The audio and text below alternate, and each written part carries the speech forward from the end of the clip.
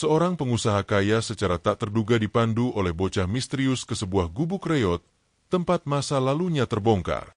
Bocah itu ternyata adalah anak kandungnya dari Laras, cinta lamanya yang terpaksa bersembunyi karena ancaman dari paman Ardi sendiri. Laras rela menderita demi melindunginya, dan kini Ardi harus menebus semua kesalahannya serta menghadapi pengkhianatan keluarganya. Sebelum masuk pada awal cerita, pastikan tekan tombol subscribe ya, agar selalu hadir di channel 2 cerita ini. Malam itu, langit seolah murka. Hujan deras mengguyur tanpa henti, menampar atap mobil mewah berwarna hitam yang berhenti di jalan sepi di pinggiran kota kecil. Kilatan petir menyambar, menerangi pepohonan yang menjulang di tepi hutan dengan cahaya putih sesaat, seakan memberi peringatan pada siapapun yang nekat melintas. Jalan itu bukanlah rute biasa bagi orang kota, terlebih bagi seorang pengusaha besar yang terbiasa hidup di pusat keramaian. Namun takdir malam itu memaksa langkah seorang pria bernama Ardi Pratama untuk singgah di tempat asing, di tengah gelap dan derasnya badai. Ardi adalah seorang pengusaha yang dikenal banyak orang, kaya raya, berwibawa, dan selalu tampil sempurna. Mobil-mobil mewah, jas elegan, serta rekanan bisnis yang menjadikannya pusat perhatian di ruang-ruang rapat bergengsi, itulah dunia yang ia kuasai. Tetapi di balik semua kemewahan itu, malam ini ia hanyalah seorang lelaki yang kebingungan di jalan yang salah, ditemani rasa panik yang terus menggerogoti pikirannya. "Ah, sial!" umpatnya sambil memukul setir. Mesin mobilnya mati total. Lampu yang tadinya terang kini meredup, hanya menyisakan cahaya senter kecil dari ponselnya. Tidak ada sinyal, tidak ada mobil lain lewat. Jalanan sepi, hanya suara hujan deras yang jatuh menghantam kaca depan, bercampur dengan desir angin yang menusuk. Ardi keluar dari mobil dengan tubuh terbungkus jas yang kini basah kuyup. Sepatunya terperosok di lumpur, membuatnya semakin frustasi. "Bagaimana bisa aku terjebak di tempat seperti ini?" gumamnya. Jalan panjang yang tadi ia lewati seakan lenyap ditelan kabut malam. Tidak ada rumah, tidak ada warung, hanya hutan hitam pekat di sisi kiri jalan. Ketika rasa putus asa mulai merayap, matanya menangkap sesuatu. Di kejauhan, di bawah sebuah pohon besar yang akarnya mencuat seperti tangan-tangan tua, berdiri sosok kecil. Samar-samar terlihat karena hujan dan kegelapan. Sosok itu ternyata seorang bocah. Tubuhnya kurus, pakaiannya lusuh menempel di badan, dan rambutnya basah menutupi sebagian wajahnya. Bocah itu tidak berlari atau mencari tempat berteduh. Ia hanya berdiri diam, menatap lurus ke arah Ardi dengan sorot mata yang sulit dijelaskan, bukan tatapan ketakutan, melainkan tatapan yang membawa rahasia. Ardi terpaku. Jantungnya berdetak lebih cepat, bukan karena dingin, melainkan karena perasaan aneh yang menyeruak. Bagaimana mungkin ada anak kecil sendirian di tengah hutan pada malam seburuk ini? Pertanyaan itu membuatnya merinding. "Hei!" teriak Ardi, mencoba mengatasi ketegangan. Suaranya hampir tenggelam oleh derasnya hujan. "Kau sendirian di sini?" Bocah itu tidak menjawab. Ia hanya mengangkat tangannya perlahan, menunjuk ke arah gelap di dalam hutan. Gerakan sederhana itu terasa ganjil, seolah menjadi isyarat yang tidak bisa diabaikan. Tatapan mata bocah itu membuat Ardi merasa seolah ada sesuatu yang menariknya, sesuatu yang kuat, meski tak kasat mata. Dalam hatinya, Ardi ingin berbalik ke mobil, mengunci pintu, dan menunggu hingga ada bantuan lewat, jika ada. Tetapi langkah kakinya justru maju selangkah mendekati bocah itu. Rasa takut bercampur penasaran. Ada semacam tarikan emosional, perasaan familiar yang ia sendiri tak mengerti. Hujan semakin deras, suara petir mengguncang langit. Bocah itu tetap diam, tubuhnya sedikit bergetar, namun sorot matanya tak lepas dari Ardi. Dalam hening yang dipenuhi suara badai, keduanya saling menatap, seorang pria kaya yang tersesat, dan seorang bocah misterius yang muncul entah dari mana. Dan di sanalah semuanya dimulai. Malam itu, tanpa ia sadari, langkah Ardi akan membawanya ke dalam kisah yang mengubah seluruh hidupnya. Sebuah perjalanan menuju kebenaran yang selama ini terkubur. Bocah itu akhirnya berbalik, melangkah pelan menuju hutan yang gelap, seakan mengundang Ardi untuk mengikutinya. Bocah itu melangkah pelan, tanpa banyak suara, meski tanah becek dan ranting-ranting kering seharusnya menimbulkan bunyi di bawah kakinya. Ardi mengikuti dengan langkah ragu, menahan napas setiap kali kilatan petir menerangi wajah polos yang samar-samar terlihat di antara tirai hujan. Ada sesuatu yang tidak wajar pada bocah itu, bukan sekadar karena keberadaannya di tempat yang mustahil, tetapi karena ketenangan yang ia tunjukkan di tengah badai menggila. Ardi berhenti sejenak, menatap punggung kecil yang terus berjalan. Apa yang kulakukan? Ini gila. Bisa saja anak itu menjerumuskanku. Bagaimana kalau dia bukan sekadar bocah? Bagaimana kalau ini jebakan? Pikirnya. Namun, anehnya, kakinya tidak bisa berhenti. Ada sesuatu pada tatapan bocah itu sebelumnya, tatapan yang memaksa hatinya untuk percaya. Hei, tunggu sebentar. Ardi mencoba memanggil. Suaranya parau, bercampur dengan gemuruh hujan. Bocah itu berhenti, menoleh perlahan. Senyum tipis terukir di bibirnya, senyum yang singkat tapi penuh teka-teki. Tidak ada jawaban, hanya tatapan dalam yang menusuk Ardi seolah berkata, "Kalau kau ingin tahu, ikutlah." Ardi menggertakkan giginya. "Baiklah," gumamnya, lebih pada dirinya sendiri. Ia menarik napas panjang, lalu melangkah lagi. 1 langkah, 2 langkah, hingga tubuhnya basah kuyup tanpa peduli lagi pada jas mahal yang menempel. Rasa jengkel, was-was, dan penasaran bercampur jadi satu. Jalan yang mereka lalui semakin sempit. Pepohonan rapat di kiri kanan, akar-akar besar mencuat seperti perangkap, sementara kabut tipis mulai turun di antara batang-batang pohon. Sesekali Ardi hampir terpeleset karena lumpur yang licin. Namun setiap kali ia kehilangan keseimbangan, bocah itu berhenti sejenak, menoleh, lalu menunggu dengan sabar. Seakan tahu persis bahwa Ardi tak bisa melepaskan diri dari perjalanan ini. Waktu berjalan entah berapa lama. Di kepala Ardi, muncul pertanyaan yang tak henti. Siapa sebenarnya bocah ini? Mengapa aku merasa begitu aneh mengikutinya? Seolah-olah ada benang halus yang menghubungkan mereka berdua. Benang yang tak terlihat tapi kuat. Semakin lama ia menatap punggung kecil itu, semakin terasa sesuatu yang familiar, meski ia tidak tahu dari mana perasaan itu berasal. Kenapa aku merasa pernah melihatmu sebelumnya?" Bisiknya lirih, hampir tak terdengar, hanya ditelan hujan. Bocah itu tidak menjawab, hanya melanjutkan langkahnya, semakin dalam menuju kegelapan hutan. Ardi merasakan dadanya sesak, tubuhnya menggigil, bukan semata karena dingin, melainkan karena rasa tegang yang terus menggerogoti. Namun di balik ketakutan itu, ada juga harapan kecil yang tumbuh, entah kenapa. Seolah perjalanan ini bukan sekadar jalan buntu, melainkan menuju sesuatu yang harus ia temukan, sesuatu yang sudah terlalu lama terkubur. Kilatan petir kembali membelah langit, memperlihatkan wajah bocah itu sesaat. Dan kali ini, Ardi benar-benar terkejut. Sekilas, di balik rambut basah yang menempel di kening, ia melihat sorot mata yang begitu mirip dengan seseorang dari masa lalunya. Seseorang yang pernah ia cintai, lalu hilang tanpa jejak. Tidak mungkin, bisik Ardi, hampir tak percaya pada penglihatannya sendiri. Dadanya berdetak lebih kencang, langkahnya terasa semakin berat, tapi ia tidak bisa berhenti. Bocah itu kembali menoleh, kali ini lebih lama, lalu mengangguk kecil, seakan mengonfirmasi bahwa Ardi tidak sedang berhalusinasi. Dalam hening yang hanya ditemani badai, Ardi tahu satu hal pasti, anak ini bukan bocah biasa.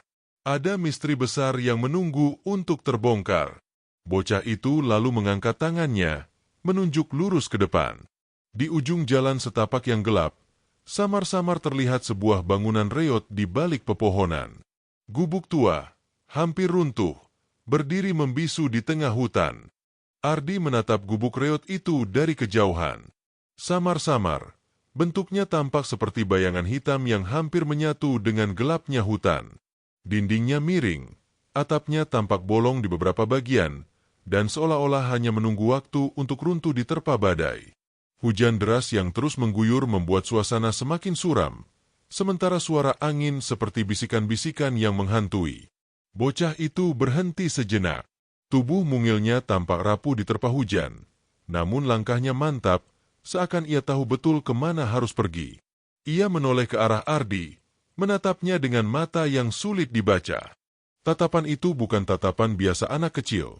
Ada kedewasaan yang janggal di dalamnya, seakan ia menyimpan rahasia besar yang bahkan orang dewasa pun tak mampu menanggungnya. Ardi, dengan jas basah kuyup yang menempel dingin di kulitnya, mengerutkan kening. Ia mencoba menenangkan dirinya. Ini hanya gubuk tua. Tidak ada yang aneh. Tidak ada yang perlu ditakutkan. Tapi dalam hatinya, ia tahu sesuatu yang besar sedang menantinya di sana. Perasaan itu semakin kuat setiap kali bocah itu melangkah. Jalan menuju gubuk dipenuhi akar pohon yang menjalar liar, bercampur dengan lumpur yang membuat setiap langkah terasa berat. Ardi beberapa kali hampir terjatuh. Sesekali kilatan petir menyambar, menyorotkan cahaya putih yang menyingkap bentuk gubuk itu lebih jelas. Dan setiap kali cahaya itu datang, rasa merindingnya semakin menjadi. "Kenapa kau membawaku ke sini?" Akhirnya Ardi memberanikan diri bertanya. Suaranya pecah, bergetar. Tapi bocah itu tidak menjawab. Ia hanya melanjutkan langkahnya, lebih cepat dari sebelumnya, hingga Ardi terpaksa mempercepat langkah agar tidak tertinggal. Semakin dekat mereka mendekati gubuk, semakin kuat hawa aneh yang menyelimuti. Udara di sekitar seolah menjadi lebih dingin, lebih pekat. Ardi merasa seperti sedang melangkah ke dalam dunia lain, dunia yang bukan miliknya. Hatinya menjerit menyuruhnya kembali, tapi pikirannya terus terdorong oleh rasa ingin tahu yang tak bisa dikendalikan. Setelah beberapa menit, mereka akhirnya sampai di depan gubuk. Pintu kayu yang rapuh tampak hampir terlepas dari engselnya. Bocah itu berhenti tepat di depan pintu, diam beberapa saat, lalu menoleh ke Ardi. Tatapannya dalam, penuh arti. Ardi menahan napas. Dari jarak sedekat itu, ia bisa melihat jelas wajah bocah tersebut. Hidungnya mancung kecil, bibirnya tipis, dan sorot matanya sorot mata itu lagi-lagi membuat dadanya berdebar keras. Sorot yang sama, yang pernah ia lihat bertahun-tahun lalu pada seseorang yang ia kenal baik. Petir kembali menyambar, kali ini cukup dekat. Guncangannya membuat pintu gubuk berderit keras, seolah hendak runtuh. Bocah itu meraih gagang pintu perlahan. Tangannya kecil namun gerakannya penuh keyakinan. Ardi spontan ingin menghentikan, tapi bibirnya keluh. Ada sesuatu di dalam dirinya yang berkata, "Biarkan." Detik berikutnya, pintu itu terbuka. Suara deritannya melengking, menambah suasana mencekam. Dari dalam, keluar aroma lembab bercampur tanah basah dan kayu lapuk. Ardi merasakan hawa dingin menusuk yang berbeda dari dingin hujan. Seperti hawa yang membawa kenangan lama, kenangan yang selama ini ia coba kubur dalam-dalam. Bocah itu berdiri di ambang pintu, lalu melangkah masuk tanpa menoleh lagi. Namun sebelum tubuhnya benar-benar menghilang dalam kegelapan gubuk, ia sempat menoleh sekilas, memberi isyarat halus agar Ardi mengikutinya. Ardi menelan ludah. Tangannya bergetar, tubuhnya lelah, tapi langkahnya justru maju. Ia tahu, di dalam gubuk reot itu, ada jawaban yang akan mengubah seluruh hidupnya.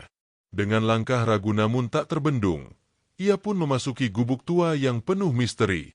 Begitu langkah Ardi menjejak lantai gubuk, hawa dingin menyergap tubuhnya. Bau apek dan kayu lapuk bercampur dengan kelembapan tanah membuat napasnya terasa berat. Ruangan itu remang, hanya diterangi cahaya petir yang sesekali masuk melalui celah atap yang bolong. Setiap kilatan cahaya memperlihatkan interior yang suram, dinding kayu penuh lumut, meja tua yang hampir patah, dan kasur tipis yang teronggok di sudut dengan kain compang-camping. Ardi berdiri kaku, matanya menyapu seluruh ruangan. Hatinya berdegup cepat, seolah ada sesuatu yang mengintai dari kegelapan. Ia menelan ludah, mencoba menenangkan dirinya. "Kenapa aku di sini? Untuk apa aku mengikuti anak itu?" pikirnya.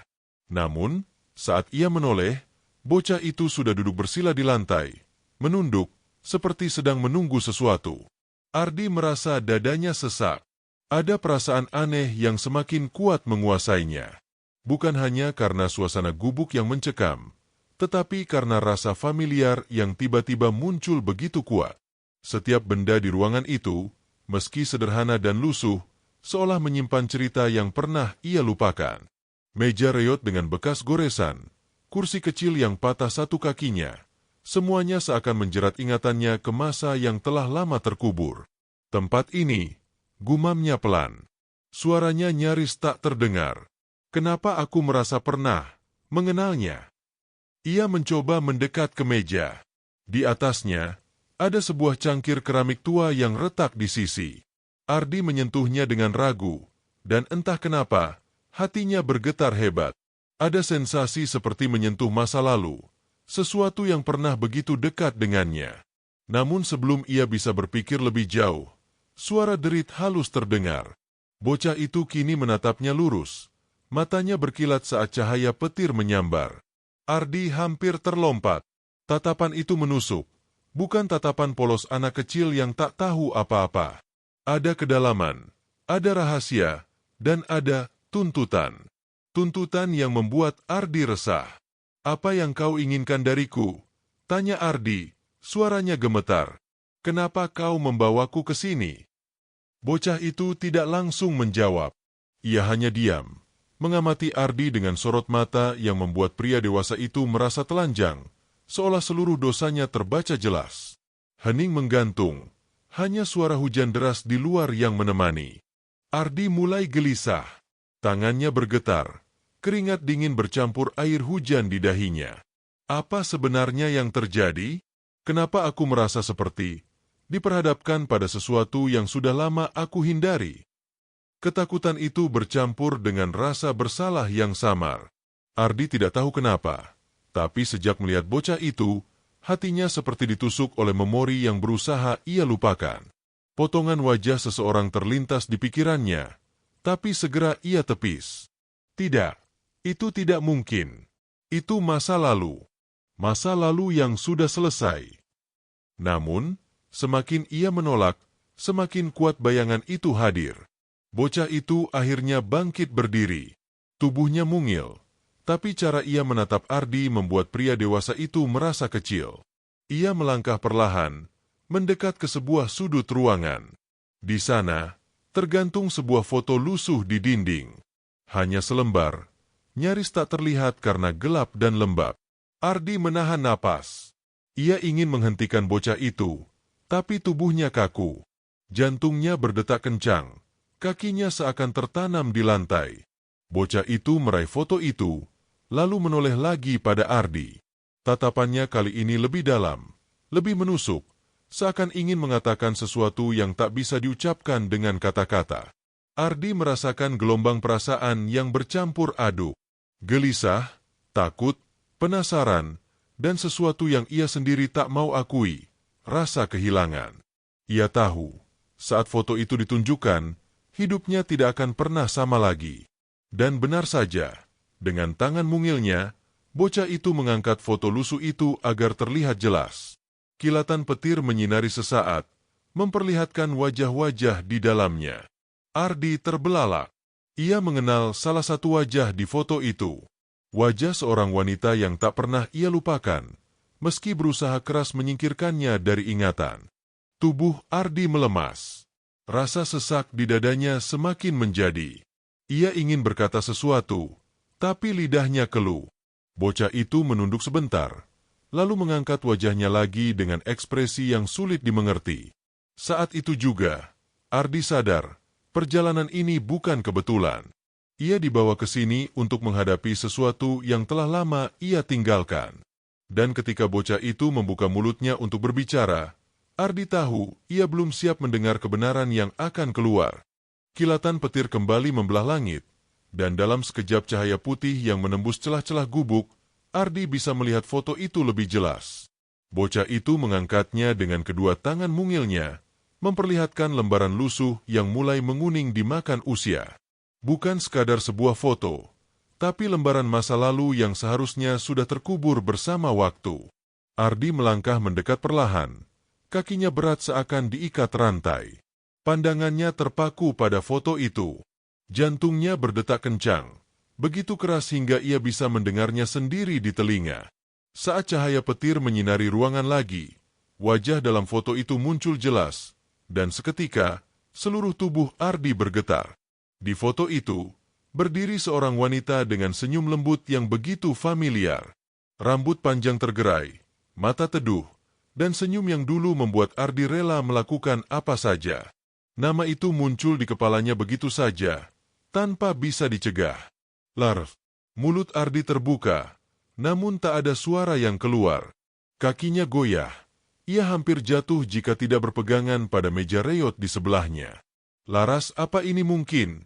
Bisiknya, nyaris tanpa suara. Tangannya gemetar. Ia meraih foto itu dari bocah tersebut. Jarinya menyusuri permukaan foto yang lembab, seperti ingin memastikan apa yang dilihatnya nyata. Meski warna sudah pudar, meski tepiannya sudah sobek, tidak ada keraguan. Itu benar Laras, wanita yang dulu ia cintai, wanita yang hilang bertahun-tahun lalu tanpa jejak. Ardi menutup mata sejenak. Kenangan menyerbu kepalanya dengan brutal. Laras tertawa kecil di bawah hujan. Laras menatapnya dengan sorot percaya.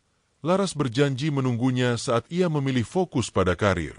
Semua itu kembali begitu hidup, seperti baru kemarin terjadi. Dan bersama kenangan itu, rasa sesal yang sudah lama ia tekan muncul ke permukaan. Matanya terbuka lagi, kali ini basah oleh air yang entah dari hujan atau dari dirinya sendiri. Ia menatap bocah itu, yang masih diam dengan tatapan serius. Ada sesuatu pada sorot mata bocah tersebut, mirip sekali dengan Laras. Begitu mirip, hingga dada Ardi terasa ditusuk dari dalam. "Siapa kau?" Suara Ardi serak, nyaris patah. "Kenapa kau menunjukkan foto ini kepadaku?" Bocah itu tidak menjawab. Ia hanya menatap Ardi lama, seakan sedang menguji seberapa jauh pria itu sanggup menahan beban kebenaran. Lalu, dengan gerakan pelan, ia menunjuk ke arah foto itu lagi. Jari mungilnya mengarah ke sisi kanan, ke bagian foto yang sebelumnya tidak diperhatikan Ardi. Ardi menyipitkan mata, mencoba melihat lebih detail. Dan di sanalah ia terhenyak.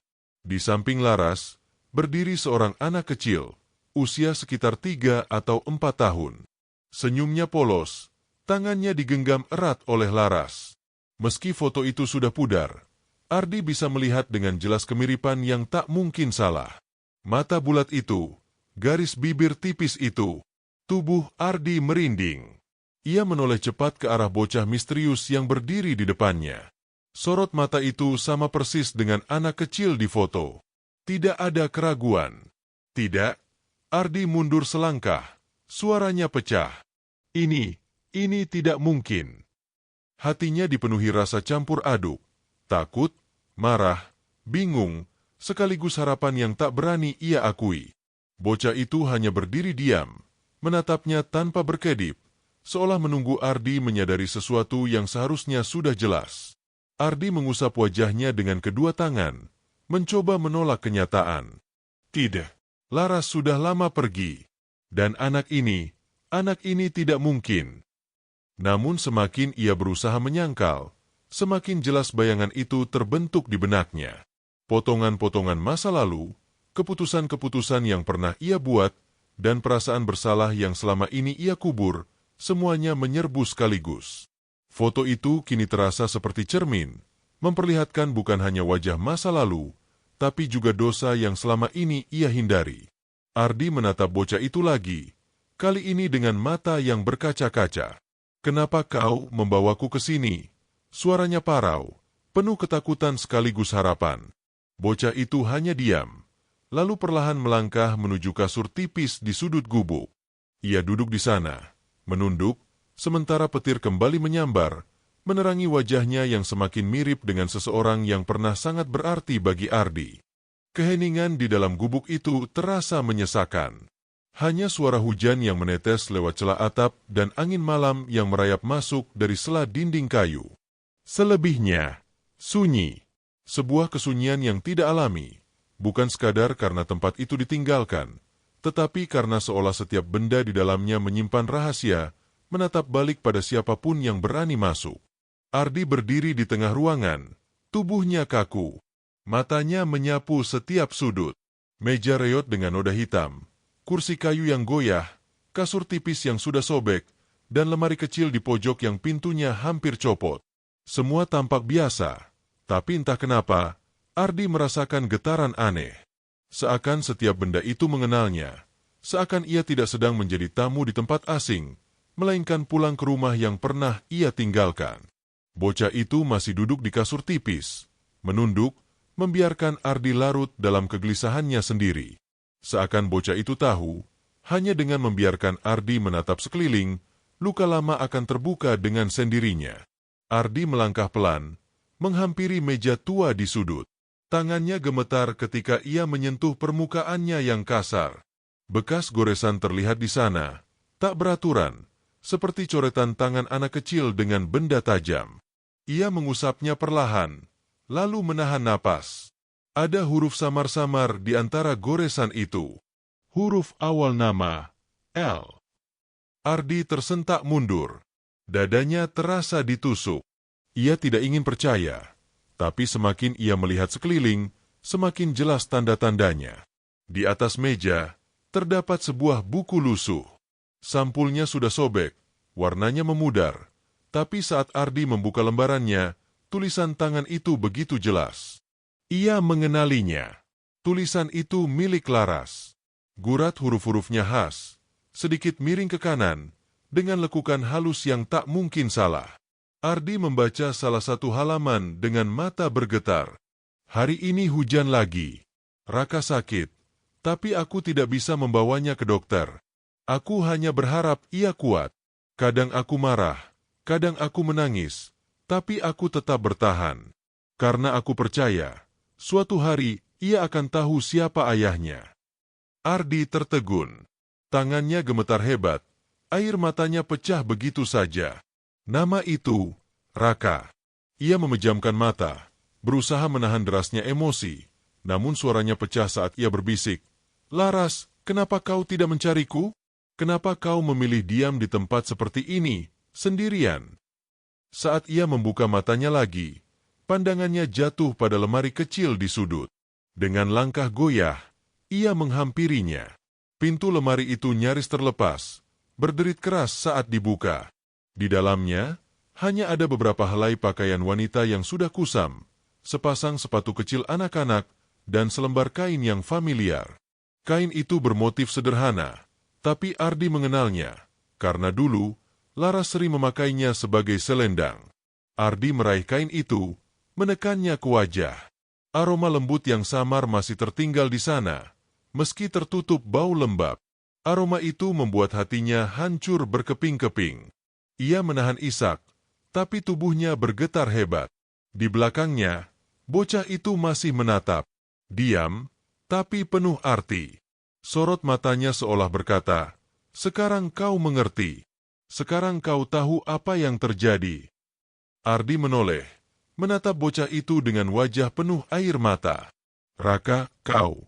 Suaranya parau, tak sanggup menyelesaikan kalimatnya.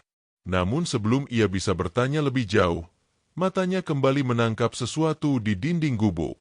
Foto lusuh yang tadi tergantung sendirian. Ia melangkah mendekat lagi, kali ini menatapnya lebih lama.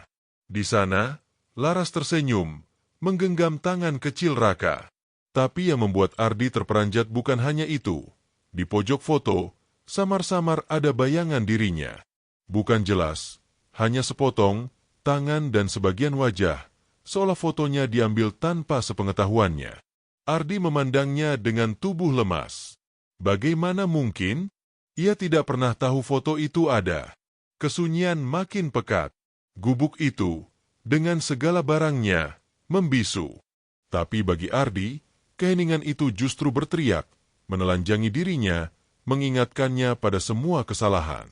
Ia merasa seolah seluruh ruangan ini adalah saksi bisu dari cinta yang ia sia-siakan. Ardi menutup wajahnya dengan kedua tangan, tubuhnya lunglai. Ia ingin lari, ingin keluar dari gubuk ini, tapi kakinya seakan tertahan. Karena ia tahu, jika keluar sekarang, ia akan kehilangan kesempatan untuk menebus semua penyesalan. Saat itulah bocah itu akhirnya bersuara, pelan tapi jelas. "Mama sering menyebut namamu." Suara itu menghantam dada Ardi seperti palu.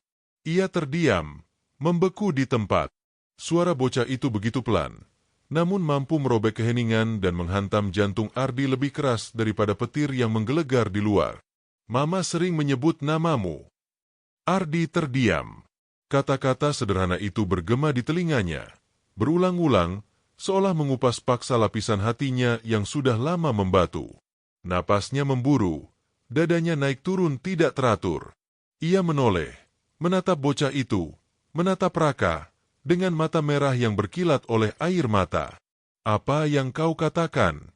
Suara Ardi tercekat. "Kau bilang, ibumu menyebut namaku." Raka tidak menjawab segera. Bocah itu menunduk.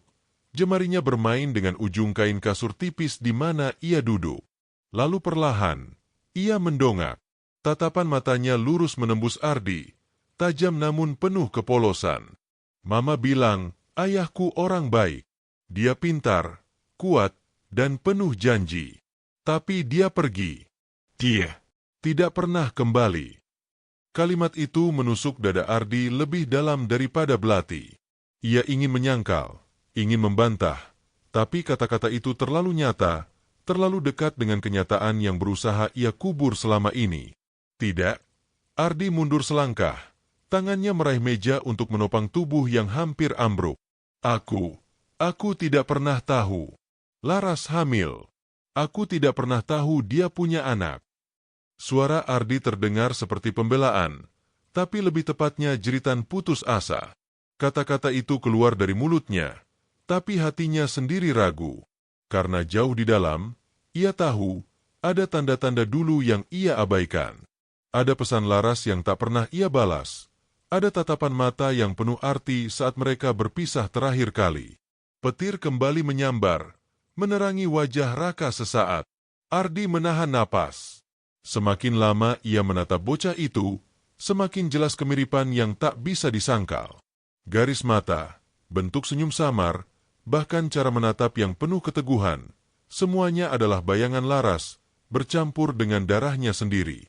Ardi meremas rambutnya, kepalanya berputar. Kenapa? Kenapa aku tidak tahu? Kenapa dia tidak mencariku? Kenapa dia harus menyembunyikan semua ini dariku?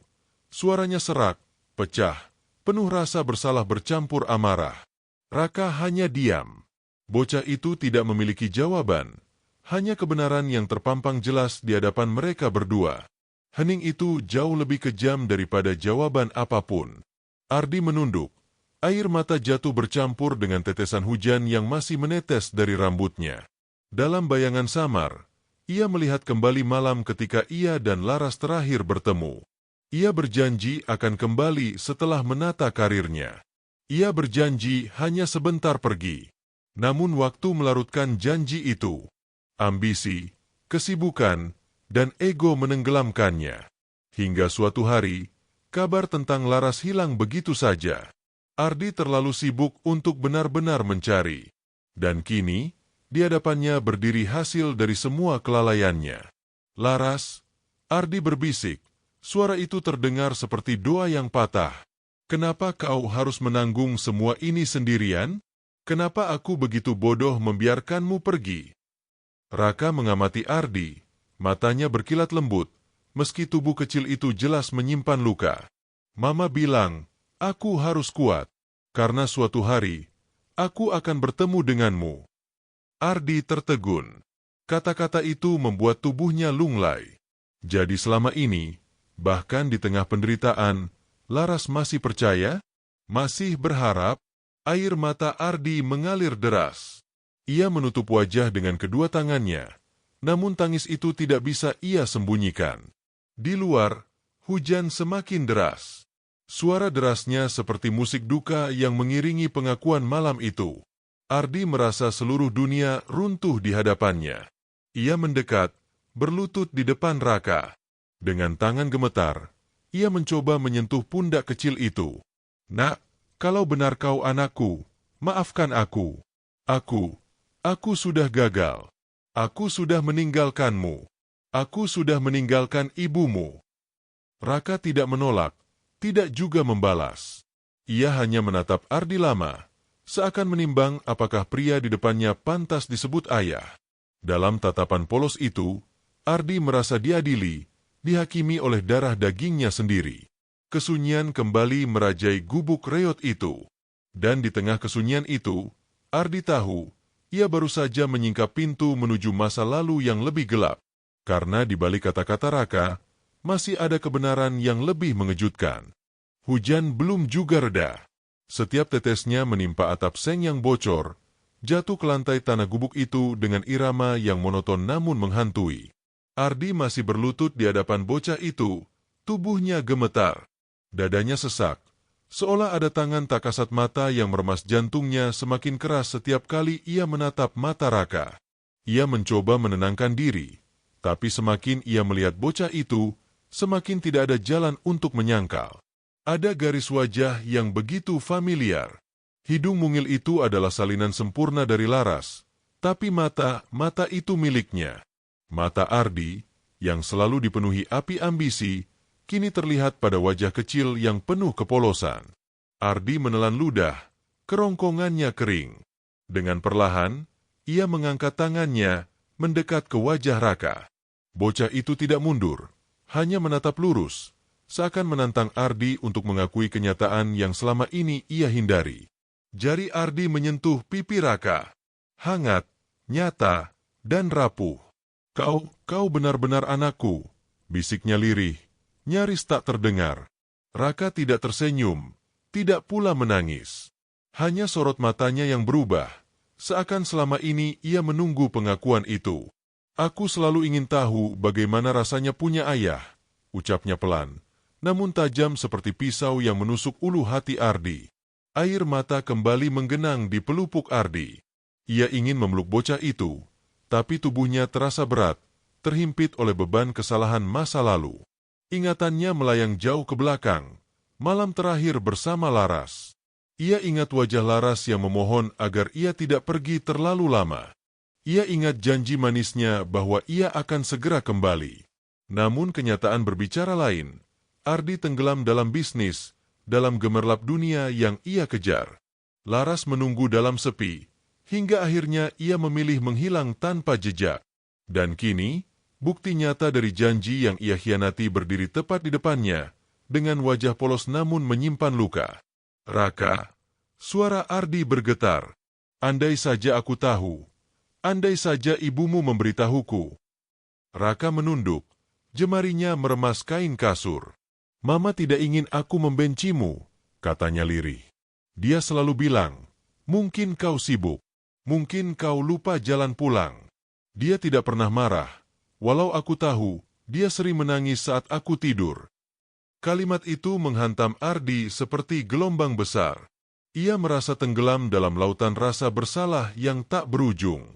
Laras, dengan segala ketegaran, memilih tidak pernah menjelekkan dirinya di depan anak mereka. Justru ia tetap menjaga nama Ardi, meski yang ditinggalkannya hanya luka. Ardi menutup wajah dengan kedua tangannya. Tubuhnya berguncang hebat. Suara tangisnya pecah memenuhi gubuk reot itu. Tangis seorang pria yang biasanya tegar, kini runtuh tanpa sisa. Raka memandanginya lama, kemudian perlahan berkata, Mama sering bilang, kalau suatu hari aku bertemu denganmu, aku harus bertanya satu hal. Ardi mengangkat wajahnya yang basah oleh air mata, menatap bocah itu dengan bingung. Apa itu? Suaranya parau. Raka menggenggam kain lusuh yang tersisa dari selendang Laras. Tatapannya bergetar, namun suaranya mantap. Kenapa kau tidak pernah kembali? Pertanyaan itu menghujam jantung Ardi lebih dalam daripada apapun. Dunia seakan berhenti. Detak hujan pun terdengar seperti gema yang menyakitkan di telinganya. Ardi membuka mulutnya, tapi tak ada jawaban yang bisa ia berikan. Lidahnya keluh, pikirannya kosong. Bagaimana ia bisa menjawab? Haruskah ia mengatakan bahwa ia terlalu sibuk mengejar harta? Bahwa ia terbuai oleh janji sukses dan melupakan cinta yang tulus menunggunya? Air mata jatuh lagi. Ia menunduk, tidak sanggup menatap anaknya sendiri. Aku bodoh, nak. Aku pengecut. Aku tidak punya alasan yang bisa membuatmu memaafkan aku. Keheningan kembali menyelimuti ruangan. Hanya suara tangis tertahan Ardi yang berpadu dengan gemericik hujan. Raka tidak berkata apa-apa, tapi sorot matanya cukup untuk membuat Ardi semakin tenggelam dalam penyesalan. Namun jauh di dalam kesunyian itu, Ardi tahu ini baru permulaan. Karena di balik semua air mata dan pengakuan, masih ada satu kebenaran lain yang belum terbuka. Kebenaran tentang apa yang sebenarnya terjadi pada Laras. Dan Raka tampaknya menyimpan jawaban itu. Suara hujan semakin reda, berganti gerimis yang jatuh perlahan di atap seng berkarat.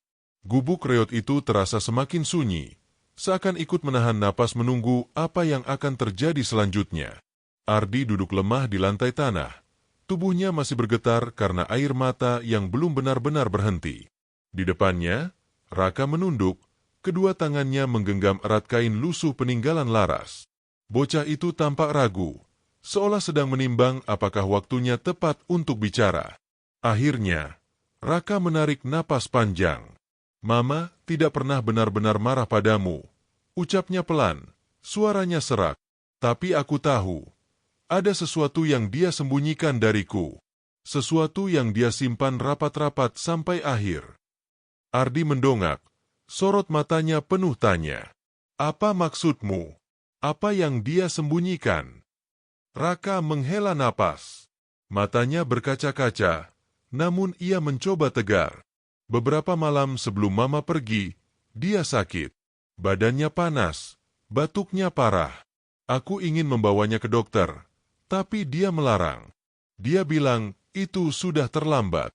Dia hanya meminta aku untuk tetap di sampingnya." Ardi tertegun. Dada pria itu terasa diremas mendengar pengakuan itu.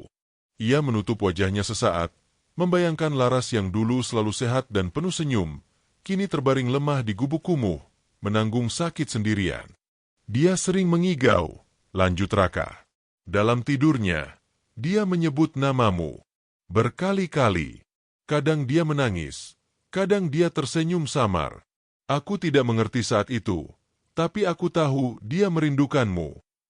Ardi meremas tanah di bawahnya, kukunya menusuk kulitnya sendiri. Hatinya semakin hancur. "Laras, bahkan di detik terakhir, kau masih mengingatku." Raka berhenti sebentar, matanya menerawang keluar jendela kecil gubuk. "Sebelum Mama pergi, dia bilang sesuatu padaku. Dia bilang, kalau suatu hari aku bertemu denganmu, aku harus memberitahumu satu hal." Ardi menatap Raka dengan napas terengah. "Apa itu?" tanyanya, nyaris berbisik. Bocah itu menoleh, menatap Ardi lurus. Matanya bergetar, namun suaranya mantap. Dia bilang bahwa kepergiannya bukan sekadar karena sakit. Ada alasan lain. Ada sesuatu yang membuatnya harus sembunyi, jauh darimu. Ardi membeku. "Sembunyi? Apa maksudmu?" "Laras, sembunyi dariku." Raka mengangguk perlahan. "Mama bilang, ada orang yang tidak ingin kalian bersama. Ada yang membuat kalian terpisah. Dia tidak pernah menyebut siapa, tapi dia selalu takut. Setiap ada orang asing lewat gubuk ini, dia selalu menyuruhku bersembunyi. Matanya selalu gelisah, seolah dia dikejar bayangan." Kata-kata itu membuat darah Ardi berdesir. Ingatannya kembali ke masa lalu. Persaingannya dalam bisnis, konflik keluarganya, orang-orang yang tidak setuju dengan hubungannya dengan Laras. Semua potongan itu mendadak terasa masuk akal. "Jadi, bukan hanya aku yang salah," gumam Ardi lirih. "Ada orang lain yang membuatnya menjauh dariku."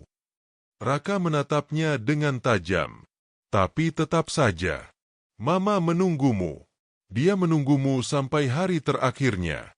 Bahkan saat sakit, bahkan saat takut, dia masih percaya kau akan datang." Ardi terdiam. Tenggorokannya tercekat. Air matanya kembali jatuh.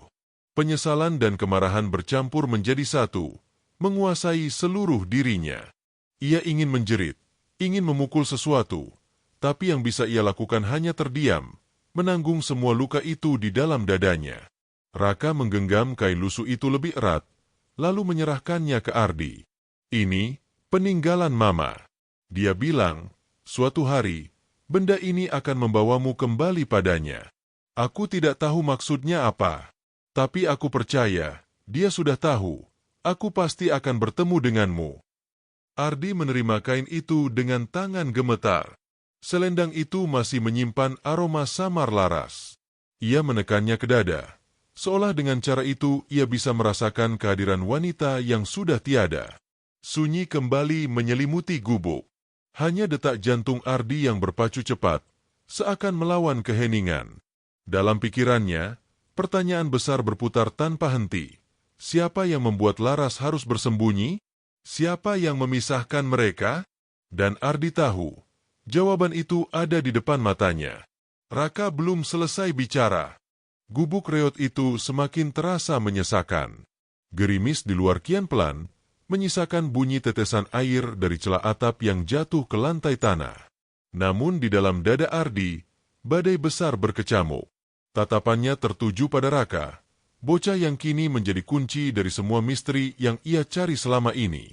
Ardi memegang selendang lusuh peninggalan Laras erat-erat, seolah benda itu adalah tali terakhir yang bisa menghubungkannya dengan wanita yang pernah ia cintai. Matanya merah, wajahnya basah oleh air mata, namun di dalam sorotnya ada kobaran api, haus akan kebenaran. Raka, suara Ardi bergetar. Kau bilang ibumu bersembunyi dari seseorang. Siapa? Katakan padaku, siapa yang membuat ibumu hidup seperti ini? Raka menunduk, diam sejenak. Jemarinya gemetar, seakan ia pun takut mengucapkan nama itu. Tapi akhirnya, bocah itu mengangkat wajahnya, dan kalimat yang keluar membuat darah Ardi membeku. Itu, orang terdekatmu. Ardi terperanjat. Apa? Mama bilang, dia tidak lari darimu. Dia lari dari orang yang ada di sekitarmu. Seseorang yang tahu betul siapa dirimu. Seseorang yang tidak pernah ingin kalian bersama. Karena kalau kau bersama Mama, dia akan kehilangan sesuatu yang besar. Ardi menggeleng, kepalanya berputar. Tidak mungkin. Raka menatapnya lurus. Suaranya tegas meski tubuh kecilnya bergetar. Nama itu selalu dia sebut dalam bisikan. Saat sakit, saat ketakutan, dia berulang kali menyebut satu nama. Ardi menahan napas. Jantungnya berdentum keras. Siapa namanya? Raka menarik napas panjang. Lalu dengan suara lirih namun jelas, ia berkata, Pamanmu, orang yang membesarkanmu, orang yang membawamu masuk ke dunia bisnis itu. Dialah yang membuat Mama pergi. Ardi terdiam. Dunia seolah berhenti berputar. Nama itu, orang yang selama ini ia percaya, orang yang menuntunnya menuju kesuksesan, yang selalu mengaku sebagai pelindungnya, justru dialah dalang dari penderitaan Laras. Ingatan demi ingatan kembali menghantam kepala Ardi. Ia teringat bagaimana pamannya dulu terang-terangan menolak hubungannya dengan Laras, menyebut gadis desa itu hanya akan jadi beban. Ia teringat pertemuan terakhir dengan Laras yang penuh air mata, ketika tiba-tiba Laras memintanya untuk pergi lebih cepat, seakan ia sedang dalam bahaya. Semua potongan itu kini menyatu dalam satu gambar besar yang kejam. Tidak. Ardi memegangi kepalanya. Paman, bagaimana mungkin? Raka menatapnya penuh luka. Mama bilang, pamanmu mengancam. Kalau Mama tetap bersamamu, kau akan kehilangan segalanya. Kariermu, usahamu, bahkan nyawamu. Mama tidak ingin kau hancur. Jadi dia memilih pergi. Dia rela menanggung semua sakit demi melindungimu. Ardi membeku. Tubuhnya lunglai. Napasnya tersengal. Laras, pergi bukan karena menyerah pada cinta. Ia pergi karena cinta itu terlalu besar. Ia memilih mengorbankan dirinya. Memilih hidup dalam penderitaan, hanya agar Ardi bisa tetap selamat. Air mata Ardi pecah lagi. Kali ini, bukan sekadar penyesalan, melainkan kehancuran. Ia ingin menjerit, ingin menghantam dinding gubuk itu, tapi tubuhnya lemah. Ia hanya bisa menangis seperti anak kecil, menatap Raka yang kini menjadi warisan terakhir Laras untuknya. Laras, kenapa kau harus menanggung semua ini sendirian? Bisiknya lirih. Raka mendekat perlahan.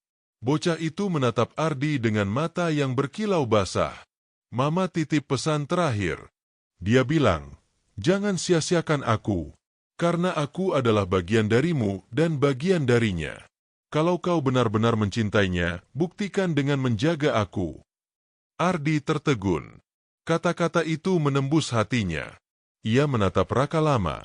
Lalu akhirnya, dengan tubuh bergetar, ia meraih bocah itu dan memeluknya erat.